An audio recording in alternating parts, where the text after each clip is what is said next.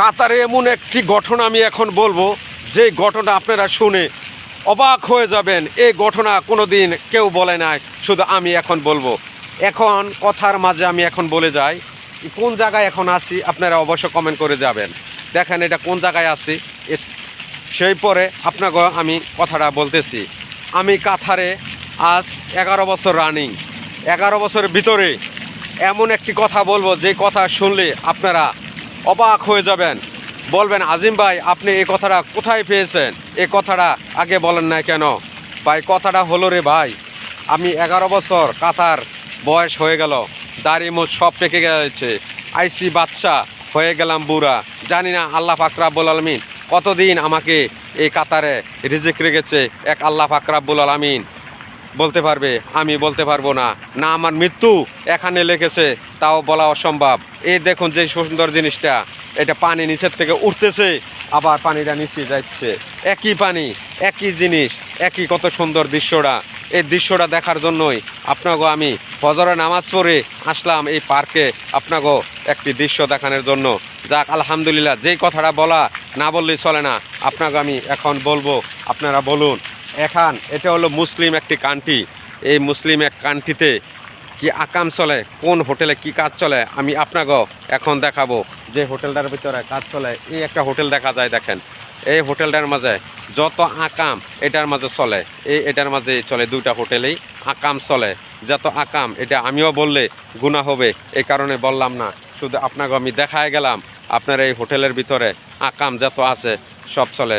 আমি আসি নেই, আজকে ফ্রি হয়ে আপনাকে বলা কথাটা বলার জন্যই আমি আইছি। এবং আমরা প্রবাসে আইসা কত কষ্ট করে টাকা ইনকাম করি, আর কিছু ছেলে পেয়ে এটা টাকা লুডায়, বাপ মায়ের টাকা পয়সা দেয় না, এবং কি বাপ মা এত কষ্ট করে টাকা পয়সা এই প্রবাসে পাঠায়, আইয়া আইয়া ওই নারী নির্যাতন করে, এই ব্যবহার করে। আর আরেকটি কথা হলো, এই কাতারে সবচেয়ে হারামি হলো বাঙালিরা, কাজ করে টাকা দেয় না। এই জন্য আমি বলি যারা কাতারে আসবেন খুব হিসাব করে আসবেন, যে কাজের কথা বলে আসে ওই কাজ করলাম দেয় না। অনেক কেউ বলে শেরাটন হোটেল চাকরি দিবি, কেউ দিবি এখানে চাকরি ওখানে চাকরি, কিন্তু একটি মিথ্যে কথা, দালালের চক্রান্ত, কেউ পড়বেন না। আমি বলছি বারবার, আপনারা যদি কাতার আসেন সব খবর নিয়ে কাতারে আসবেন। কাতারের পরিস্থিতি অনেক ভয়ঙ্কর, একটি ভয়ঙ্কর, কিন্তু কাজের অভাব নাই, কিন্তু টাকার অভাব, খানার অভাব নাই। তো যাক আলহামদুলিল্লাহ, আপনাকে আমি ঘুরে আমি আপনাকে এই পার্কের মাঝে দেখাইতে আসছি। এটা এই পার্কেই এটা বিকালেই হাজার হাজার মহিলা হয়, হাজার হাজার পুরুষ হয়।